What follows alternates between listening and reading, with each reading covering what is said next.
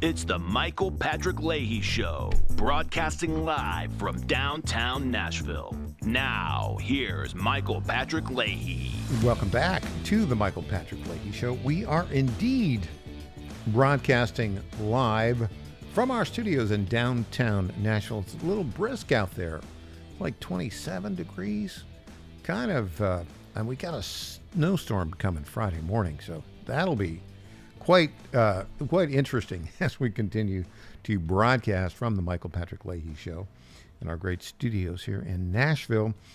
I don't know about you, but I have a spring in my step, and it's because America is back, and nothing indicates that more than the terrific press conference that Donald Trump had at Mar-a-Lago yesterday. We have some clips on that, but first, Steve Forbes, who ran for president, I think, back in 2000, and a very strong conservative, had a few things to say about Donald Trump as president. Here we go. Clip 6, Forbes on Trump. First, on just the style of this, I mean, maybe we focus too much, but we know that he backs up the style with action. And if he was just a typical politician talking and saying he's going to do this and going to do that, we might dismiss it. But he's somebody who has a record, and we saw that a lot of his talk does pay off. Talk about NATO, for example. He got the NATO countries to pay more. He talked about, they said it couldn't be done. Talk about the Middle East. He said he would get deals between Arab nations and Israel without the Palestinian Authority in the middle. John Kerry and others said it couldn't be done. He got it done. And the press conference itself, he did in 1 hour more than Joe Biden did in 4 years. When you look at the actual substance of words actually said, coming from his brain rather than from a card. Oh, blah, blah, blah, blah. And so the contrast was vivid. And my goodness, the waterfront that he covered, so to speak, was amazing. From A to Z. Yeah, that's the point here. This is, I think, here's my theory on all this. The first term of Trump wasn't Trump unleashed. It was Trump constrained by all of the deep staters that were trying to undermine him, all of the regime media trying to undermine him. And now what we're seeing, after having gone through all of this stuff, what you're seeing is the real unleashed Donald Trump, being Donald Trump, getting things done, working with people, calling out ridiculous stuff. As an example, we just got to get some of the highlights of this press conference. So much fun to watch this thing. Donald Trump, here's clip 8, Donald Trump talking about bringing prices down. At grocery stores very fast. Yeah, we won't but do it then fast. You recently told Time Magazine that bringing down prices would be very hard. So what can the American people expect when you get into office? It's always hard to bring down prices when somebody else has screwed something up like they did, but we'll bring them down. We'll get them down. Energy is going to bring down prices. We're going to have a lot of energy, and energy is what brought it up. Energy and their bad spending is what brought it up, and energy is going to bring it down. We're going to have prices down. I think you're going to see some pretty drastic price reductions. As an example, food, bacon, ham, apples, everything has gone through the roof. It's one of the reasons I won. So as you know, I said it, inflation was one of the reasons I won, but I think the biggest reason I won was the fact that they are allowing prisoners to come into our country. They released their prisoners, their murderers. Thousands of murderers are now walking around the streets of our cities and farmland all over. Murders, people that have killed. Many, 32% have killed more than one person. They released them from their jails, their prisons, and their mental institutions and insane asylums into our country. I believe that's the reason we got such a large vote. Yeah. And look, that was a lot of information packed into like a 2-minute answer. This press conference yesterday, how long did it go on? Like 3 hours? And it was just jam-packed with really, really good, insightful information. We're going to give you a couple of clips here. Let's go. We're going to go this hour. We just cover a couple more things. We got clip 9 and clip 11. But let's start with clip 9. Trump talking about Jimmy Carter. Here we go. Clip 9. Can you, President Carter is laying in state today in Washington. You had some harsh words for him about the Panama Canal. Is there any disconnect there? Do you feel a little bit bad about doing that on this day? No, I liked him as a man. I disagreed with his policy. So, hey, he thought giving away the Panama Canal was a good thing. I think it cost him the election. That and the hostages. I actually think that was a bigger factor because that's a deal that just should not have been made. But again, this was a question that was asked of me. I didn't bring it up. I didn't want to bring up the Panama Canal because of Jimmy Carter's death. But people don't bring it up. But, you know, you and other people have asked me about it. No, it's a deal that I was very strongly against. I was a young guy when this took place. But just why would we spend all of that money, lose 38,000 people to malaria, the mosquito? They were dying. It was horrible what was happening. They paid them 4 times more than they would make in the United States, but they knew they were going to go over there and die. And they died in the jungles of malaria. There was nothing we could do to stop it. 38,000, and then we gave it away for $1. Yeah. Okay, so that's Trump being Trump. Okay. And the regime media is trying to say, well, you were mean to Jimmy Carter. No, he wasn't. He was just being honest. What's wrong with being honest? That's why people like Trump. And I'm just telling you, we are, let me see, where are we? One week, 5 days, how many hours? A few minutes away from him being inaugurated. And I can't wait. I mean, I pray every day for the safety of this guy because he is unique in American history and a classic American. Let me tell you what I love about this. We spend all this time, you know, apologizing for the greatness of America. That you know what Biden has done. We've spent all this time, you know, not being aggressive, defending American interests. Well, I'm sick and tired of that. Are you? I think you're sick and tired of that. And look, with Donald Trump, unconstrained, being Donald Trump, it's going to be great. I'm just telling you, it's just so exciting. All right. One more clip before we finish this segment. Clip 11, Donald Trump on oil drilling. Love this one. I can say we manufacture, we don't manufacture. The thing we have oil and gas more than anybody in the world. We're going to have more of it, too. But they took away 625 million acres of offshore drilling. Nobody else does that. And they think they have it, but we'll put it back. I'm going to put it back on day one. I'm going to have it revoked on day one. We'll go immediately if we need to. I don't think we should have to go to the courts, but if we do have to go to the courts, you know, they try to be sneaky.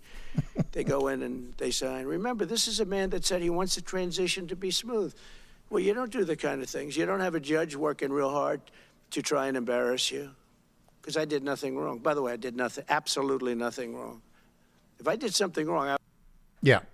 Again, look, this is just a common sense guy. This is a get it done kind of guy. And this is the real Donald Trump. He's not, you know, people the regime media try to portray him as a bad guy. He's not a bad guy. He's a get it done kind of guy. And everything that's going on is just so much fun. One of the other things he talked about is how he changes the agenda, right? The public agenda. He said, we're going to change the Gulf of Mexico to the Gulf of America.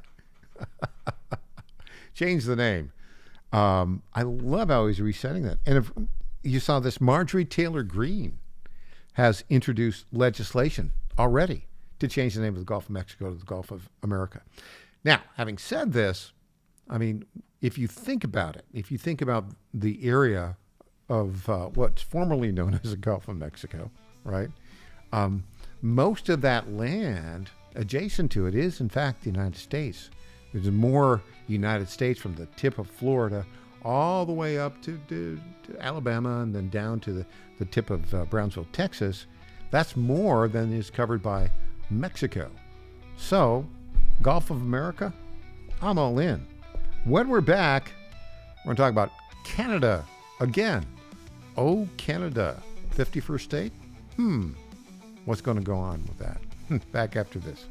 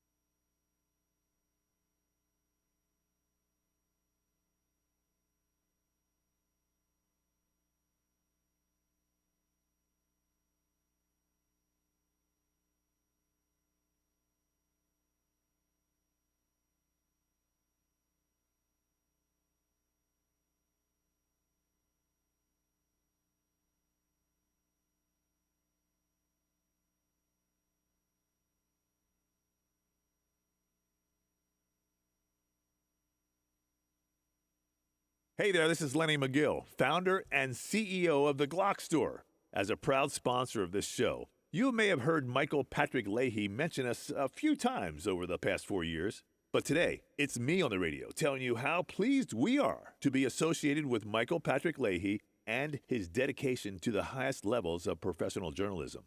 Michael Patrick Leahy has been threatened with jail time in bringing the true facts about that Nashville Covenant shooting to his listening audience. Michael Patrick Leahy, you keep doing what you're doing, and we here at the Glock Store will keep sponsoring your show for the good of Nashville and the entire country. And I'm personally inviting all of your listeners to come visit and shoot at the Glock Store. It's where Michael Patrick Leahy learned to shoot a gun for the first time and where he bought his own personal Glock 19. I'm Lenny McGill, founder and CEO of the Glock Store here in Nashville, just minutes from the airports, worth the drive from anywhere, and a proud sponsor of Michael Patrick Leahy and the Tennessee Star Report. Hey, I'm Governor Bill Lee, and I want to talk to you about an important education bill in Tennessee. Everyone knows that education has the power to change the trajectory of a child's life forever. And anyone who's raised a child knows that each one's different in their educational needs, and their learning styles, and their talents. The fact is, parents know their own children best. They know what's best for their education and their future. That's why I'm here to talk to you about Tennessee's Education Freedom Act. It empowers parents across our state to use their tax dollars to choose the school that allows their child to thrive, regardless of zip code or income, all while making significant investments in Tennessee's public education. If you want to learn how you can help make the Education Freedom Act a reality in Tennessee, go to educationfreedomact.com and write or call your state representatives. It's educationfreedomact.com. This ad is paid for by Job Creators Network. Welcome back to the Michael Patrick Leahy Show. Now, here's Michael Patrick Leahy. Welcome back to the Michael Patrick Leahy Show. Okay, so Donald Trump, the new Manifest Destiny, the reinvigorated Monroe Doctrine, where basically everything in North America is going to be part of the American sphere of influence, as well as South America. I think this is fantastic. Of course, Greenland, by the way, is part of North America, right? So that's why we need to make Greenland great. ... again. Strategically, it makes a lot of sense. Okay, so Trump is unhappy with the way that Canada is allowing terrorists to walk in to the United States, and unhappy with all of the fentanyl coming in to the United States from Canada. He threatened 25% tariffs on Canada unless they fixed it. This was when Justin Trudeau was still the Prime Minister of Canada. So like a minute after he made that announcement, Justin Trudeau came running down to Mar-a-Lago. And then that's when Trump said, well, either you fix this problem or we'll make you the 51st state. And Justin Trudeau said, whoa, don't do that, don't do that. He went back to Canada. He's, of course, a left-wing disaster, very unpopular in Canada. Trump forced the resignation of Justin Trudeau, and now there is likely to be another election. They do it a parliamentary way, and I think the odds-on favorite, I think Polymarket has him like at 95%, is the head of the, quote, Conservative Party, which is kind of like a moderate party compared to American conservatives up there. But at least they're not far-left nutcases. Pierre Poilievreau is scheduled to be, or is said to be, the big-time frontrunner for that. But, so now you have all these Canadians types that think they're being clever and say, well, they had one person, this woman came in and said, hey, I'll tell you what we're going to do. We're going to buy Canada. We're going to buy California and Oregon and Washington from you. Well, California, Oregon, and Washington probably politically, in terms of their worldview, which is kind of pro-socialism, is kind of closer to Canada. Although I think Canada as a whole is probably further left than that. That's not going to happen. You're not going to get Canada. You're not going to get California. You're not going to get Oregon. You're not going to get Washington. Then Doug Ford, who is the premier of Ontario, Now, the way they do it up there is they have these things called provinces, not states. I think they've got like 13 provinces. Hard to keep track of them all. But Ontario is probably the biggest of them all. Of course, Toronto, Ontario, a great North American city, is part of it. So Doug Ford, he was on Jesse Waters last night. I think we'll get to that clip here in a little bit, but we'll start off with Jesse talking about Canada. Jesse was very sassy last night, I thought. Yeah. And Canadians, of course, the polling shows maybe 13% of Canadians want to be part of the U.S. Most popular, Alberta. This is a poll taken in early December, right? Alberta, maybe 19% of people want to be part of the United States. I think it's fun to talk about, but not going to happen because, I mean, the reality is most Canadians, the majority of Canadians, are what I would call whiny European socialists, and that's just not what America is. Also, they don't have a Second Amendment there, so it's not a good fit culturally. Although we love Canadians, and of course I've got a connection to Canada. My dad was born in Canada, in Hemingford, Quebec. Came to the U.S. when he was 19, and chose to stay in the U.S. when he got a draft notice, and they told him during the Korean War, you can either join the Army and become an American citizen or go back to Canada. He said, oh man, my ticket to be an American? You bet. So he did that. A little bit more complicated than that because his mother was born in the United States, so it was a little different. But anyways, he became an American citizen, born a Canadian citizen. And having said all that, and also I know Toronto. I lived in Toronto for about a year, 1992, 93. In that period of time, I ran a little company up there for a bit. And Toronto was a great city. Really loved it. Really very enjoyable. Of course, it's changed a little bit. It's gotten a little bit more, what's the word? Further left. Yeah, that's a word. Okay, so let's see. With that set up, Jesse Waters last night. We have clip 15 talking about Canada and the United States. I used to love the idea of gobbling up Canada. Vast energy reserves, doubling our geography. We'd never lose another Winter Olympics. But do we really want to add that many liberals to our population? Even if we split it into two states, a conservative West and a liberal East, because Eastern Canada is so populated, it'd be an electoral disaster for Republicans. No thanks. But the Canadians need to shape up when it comes to trade, energy, and timber. I'd still like to add stars to our flag, and Canada does seem ripe for the picking. Maybe we just take Saskatchewan and Alberta. I've heard that one. Okay, we're gonna go right to his conversation with Doug Ford, Premier of Ontario, who has an interesting proposal. His brother, the late Rob Ford, was mayor of Toronto. Very controversial, colorful fellow. But let's go right now to Doug Ford and Jesse Waters, kind of mixing it up in a friendly way. Here we go, clip 17. All right, Premier. By the way, I loved your brother. We did an interview. Great guy. Yeah, what's your problem with the United States absorbing Canada? Well, first of all, Jesse, I love the U.S. I love Americans, and I get it. President-elect Trump is a real estate tycoon. He's made billions, but that property's not for sale. As simple as that. But I have a better idea, Jesse.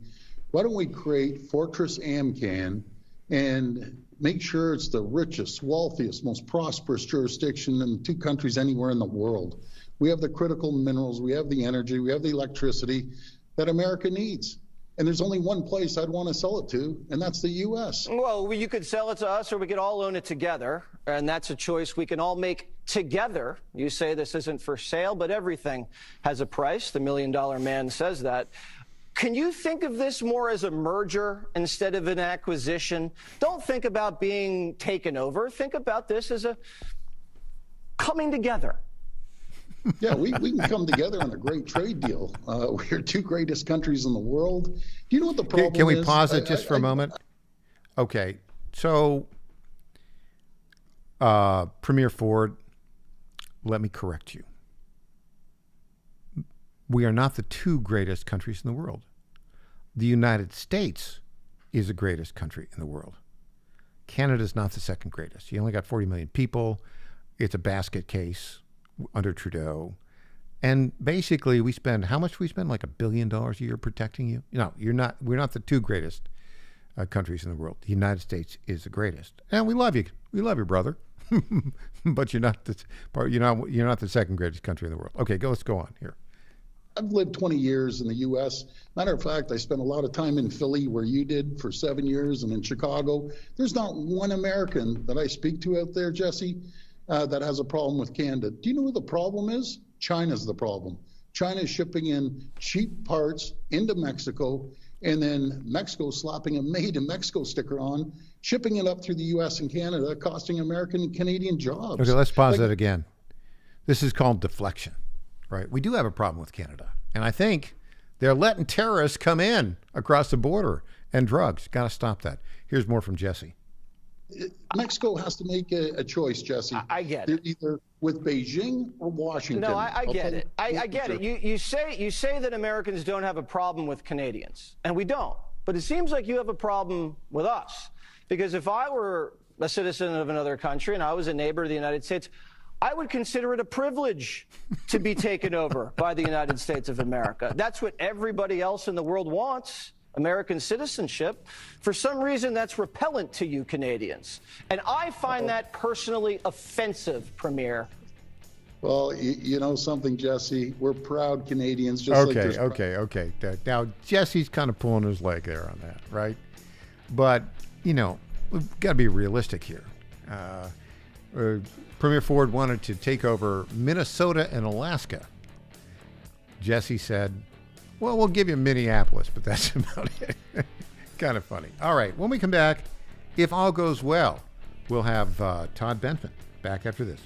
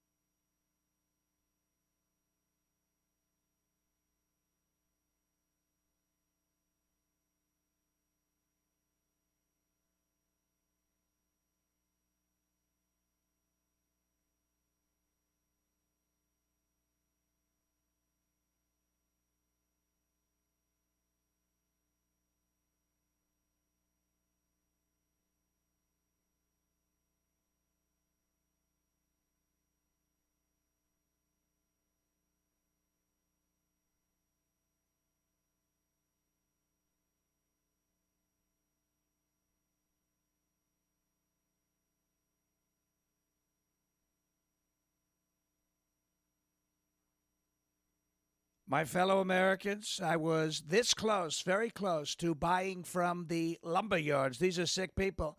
But I turned my head at the last second, and I saw a big, beautiful ad for D.T. McCall's. These are highly respected people.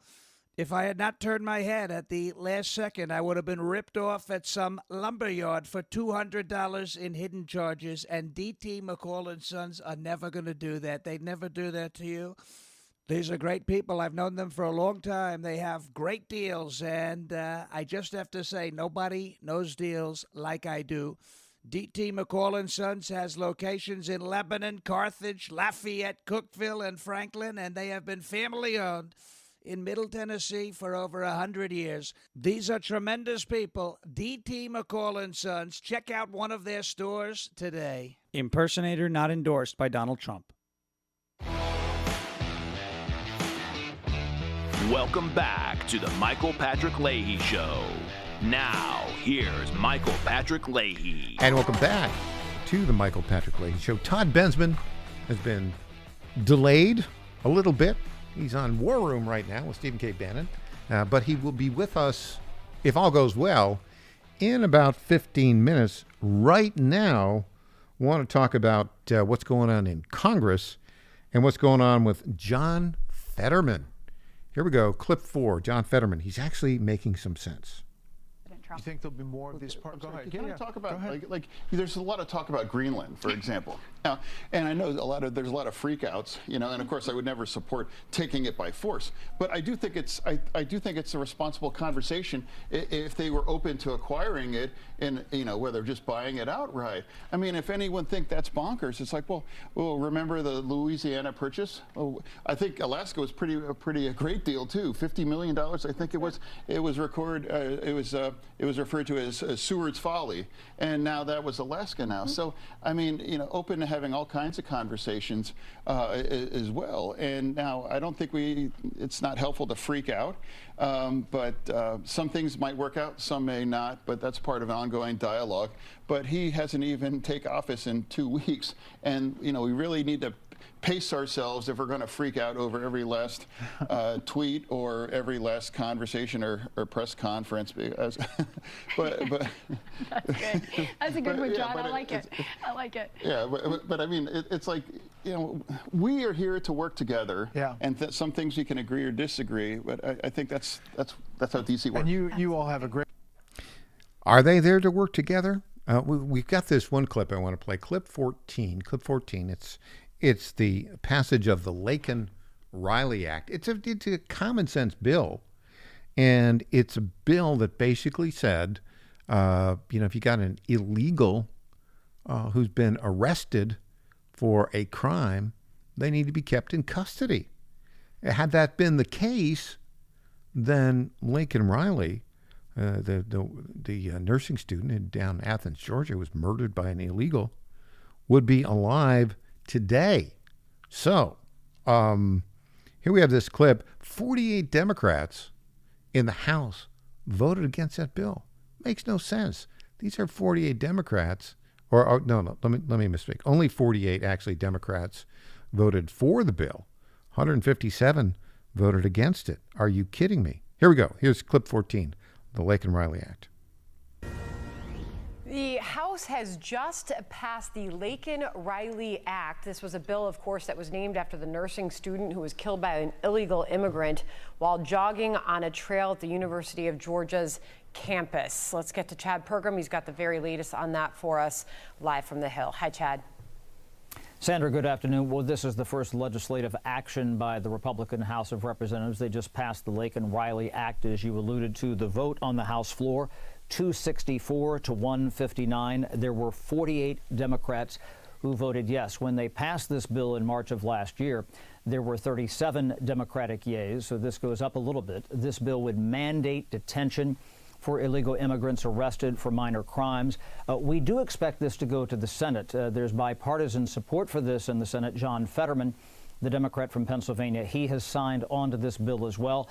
In the past hour or so, we've learned that Gary Peters, the Democratic senator from Michigan, who faces a challenging re-election bid in 2026, he has also signed on to this bill. Now, Republicans, they promised that they would crack down on the border. That was one of their big campaign promises last fall, and they're really trying to dare Democrats here to see if they learn their lesson from 2024. Okay, so let's go on to that. So I'm just doing the count here. Well, first, how could anybody vote against this bill? And yet Jamie Raskin, little Jamie Raskin, the communist from Maryland, the guy with the bad hair, of course, that's pretty much a lot of the political guys there. He voted against this. Debbie Dingell from Michigan voted against this. She's sort of inherited this from her late husband, John Dingell, and he in turn had inherited it from his father, John Dingell. I think a Dingell has had that seat in the Detroit suburbs since like 1932. It's kind of crazy. But what's interesting about this, it seems to me, is that only 48 Democrats voted for this common sense bill. 159 voted against it. What does that tell you? It tells you they didn't get the message. And they're using the old playbook. Not a good thing for them, except now in the Senate. Remember, the Senate right now is 53 Republicans and 47 Democrats. All the Republicans are going to vote for this bill. And to that, we will add John Fetterman, 54-46, and then Peters, a Democrat from Michigan. That'll get up to 55-45.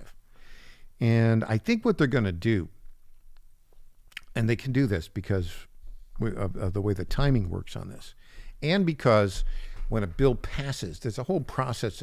When a bill passes the House and that same exact bill passes the Senate or vice versa, it doesn't immediately go to the president for signature. There's a whole process that they have to do, dotting the I's, crossing the T's, and I think they have up to 10 days to transmit that bill to the president for signature. So we're now, how many days are we? We're doing, 12 days? Yeah, 12 days until the inauguration. So the Senate will take this up probably early next week. It'll probably pass 55-45. And since the Republicans control both the Senate and the House, Speaker Mike Johnson has a, 219, 215 party lead, and 53-47 for John Thune in the Senate. So I think what they'll do is they will pass the bill in the Senate sometime next week. They will deliver it to President Donald Trump on the afternoon of January 20th. He'll go up, he'll be sworn in. The inauguration ceremony starts at noon on Monday, January 20th. Takes about an hour or so. And right after that, after he's sworn in, he'll be sworn in on a Bible by Supreme Court Justice John Roberts, who, by the way, swore him in in 2016, right? Same guy. So I think what will happen is he will then go right to the White House. They are going to have a list of bills to sign. They're going to have a list of executive orders. He's going to spend all day signing stuff. I think, and there'll be, cameras there and the whole thing. I think probably by 2 p.m.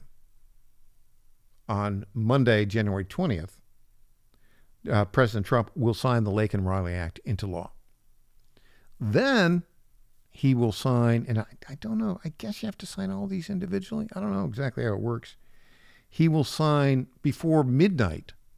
He'll sign at least 1,000 pardons for those in J6. I anticipate that our friend Steve Baker, the journalist with The Blaze, will get a pardon.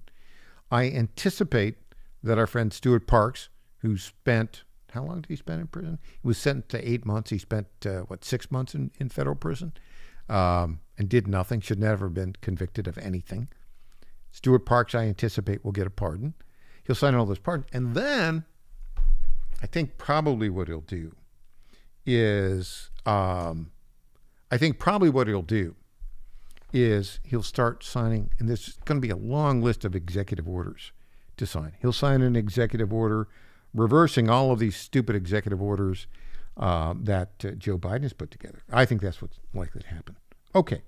So there's that. Let's go on now to talk a little bit about all of the bad things Joe Biden is trying to do in the last days. Here we have clip 13, Senator Josh Hawley from Missouri. Senator Josh Hawley from Missouri, who, by the way, I think harbors presidential ambitions. Can we say 2028? Here we go. Josh Hawley on Joe Biden. That's clip 13. Liz Cheney and George Soros, that kind of does sum it up, does it not? And that's just the ultimate in pettiness on the part of this administration. And that's really what they're left with, Laura, at the end of the day. Pettiness. This is the last gasp of a dying liberalism. And these are their pinups, their poster children. I mean, Liz Cheney, that's who they want to go out the door with. George Soros, their financier. Listen, Biden has been trying to sabotage the country for the last 4 years, opening our borders, shutting down our oil and natural gas, taking away gas stoves. So, of course, he's doing this on the way out. The good news is that help is on the way. And, Laura, the other thing this speaks to is Congress needs to get busy, get active right now, and start passing legislation to overturn all of this. We need to open up our energy production. We need to shut down our border. We need to get this country strong again. Congress can do it, and it's time to get after it. It's totally time to get after it. And everybody is kind of seeing the light, except for the dying embers of the regime media. One guy who's surprisingly coming to the side of Donald Trump is Stephen A. Smith. He's kind of a feisty guy you see on ESPN, and he's pals with Sean Hannity. He, I think, has become a bit of a Donald Trump fan. Here we go. Clip 12, Stephen A. Smith. You might be surprised with what I have to say about this. This is the kind of stuff that just validates assertions about stuff being politicized. Maybe not specifically with Trump, but the suspicion definitely is there. What is the purpose of this? Is he going to jail? Is he going to jail? You going to get a fine? We got to sit up there and go through all the pomp and circumstance when you know you're not going to do anything. He was certified today as the next president of the United States of America. Come January 21st, he will be sworn in as the 47th president of the United States of America. But you want to sentence him. You're Juan Merchan. Who is he? The state Supreme Court Justice in New York. You want to sentence him next Friday. And by the way, what is the sentencing about? Because, see, we got to be real about it. We just got to be real about it. 34 felony counts. It sounds very, very damaging. It's a hush money case. Essentially, the case against Donald Trump is that he is alleged to have engaged in relations with a former porn star, and he made efforts involving finances to keep her mouth shut. Okay, so let's go. Look, by the way, Stephen was wrong. It's January 20th, not 21st. But look, hey, we'll take all people coming in. We'll take them all to support Donald Trump. Well, when we get back, I'm Michael Patrick Leahy.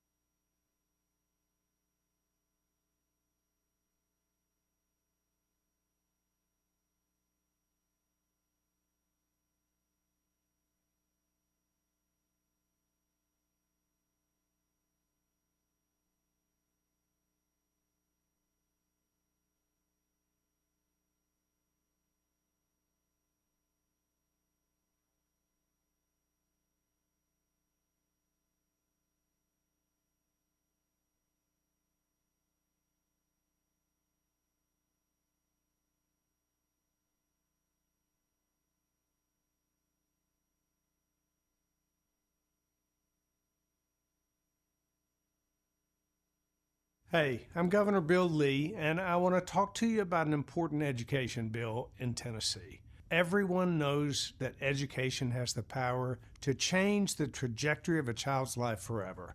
And anyone who's raised a child knows that each one's different in their educational needs, and their learning styles, and their talents. The fact is, parents know their own children best. They know what's best for their education and their future. That's why I'm here to talk to you about Tennessee's Education Freedom Act. It empowers parents across our state to use their tax dollars to choose the school that allows their child to thrive, regardless of zip code or income, all while making significant investments in Tennessee's public education. If you want to learn how you can help make the Education Freedom Act a reality in Tennessee, go to educationfreedomact.com and write or call your state representatives. It's educationfreedomact.com. This ad is paid for by Job Creators Network. Welcome back to the Michael Patrick Leahy Show. Now, here's Michael Patrick Leahy. Welcome back to the Michael Patrick Leahy Show. We want to bring you an update about what's going on in the fires in Los Angeles. And the first thing I want to tell you is the mayor of Los Angeles has not been in Los Angeles during this period of time. Why? Where is the mayor of Los Angeles? Well, of course, she's on a diplomatic mission to Ghana in Africa, which makes perfect sense. Not. If you used to be back in the good old days, right? The mayor of a major city would spend all their time making sure in the northern cities, right, where there's snow, if it snowed terribly, they would get the snowplows out. If there was a problem, they would make sure that the trash got picked up. They would make sure that the streets were safe from crime. That's what a mayor does. Mayors today in these left-wing cities, they think they're a Secretary of State or something. I don't know. What is the reason for the mayor of Los Angeles, was Karen Bass's name, to be off there in Ghana, in Africa, engaged in some kind of trade mission? Are you kidding me? Now, I would say if you're the mayor of Los Angeles, stick around Los Angeles. That would be the general idea. And pay attention to what's going on there. Now, we're going to play these fires are just deadly. We've got some clips about how that's playing out. Let's start with clip 21. For covering this so well. Listen, it's a disaster to the 100th degree. It's beyond anything I think any of us could have ever imagined. But my heart goes out, obviously, to the people with their homes, and I'm watching the small businesses around us go up in flames. This is people's livelihoods, so it's devastating. But what is most concerning to me is our first responders and our firefighters who are trying to battle this. There's no water in the Palisades. There's no water coming out of the fire hydrants. This is an absolute mismanagement by the city. It's not the firefighters' fault, but it's by the city. And I'm going to be very honest. We've got a mayor that's out of the country, and we've got a city that's burning, and there's no resources to put out fires. So if you look at your pictures, you don't see the firefighters there because there's nothing they can do. And it looks like we're in a third world country here. Mm-hmm. And we've got a lot of tough questions that we need to ask the mayor and the city council and our representatives and the county representatives. Why didn't you work to mitigate this? What was your brush mitigation program? I heard you earlier talking about it's been dry because there hasn't been rain. That's not the biggest problem here. The brush up in these hills that are controlled by the city and the county, I would bet you that if they haven't been handled, mitigated, pruned, removed for probably 30 or 40 years. This was a disaster waiting to happen. And what's predictable is preventable. And who's paying the price are all of these people in their homes and their businesses tonight. Yeah, and so that's a very good description of the problem. Look, there are fires in California. It's a dry area. Obviously, it happens.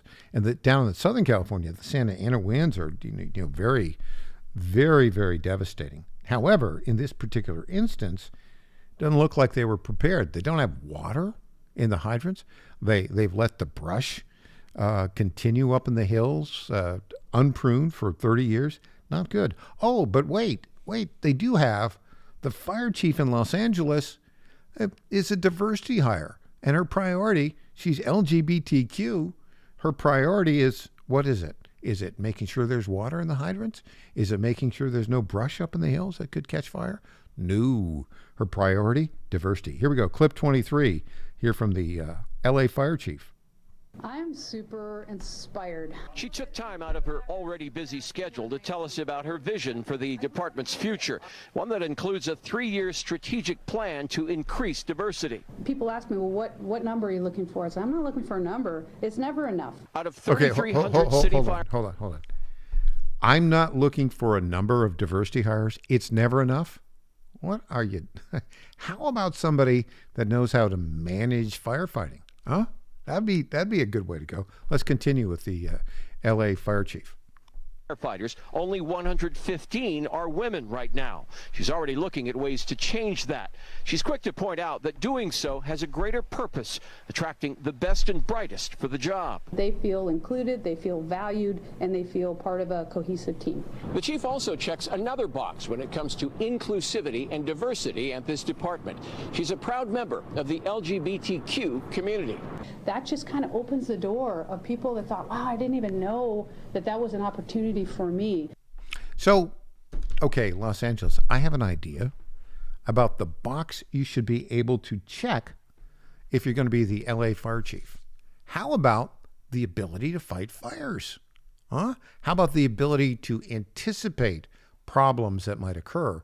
How about making sure that there's water in fire hydrants? Would that make sense? It would make sense to me. All right. Well, we wish them everybody well. We pray for all of the people in Pacific Palisades, Malibu, Brentwood, that they're losing their houses now in California. When we come back, we'll be joined in the Tennessee bonus hour of the Michael Patrick Leahy Show by Crom Carmichael. I'm Michael Patrick Leahy.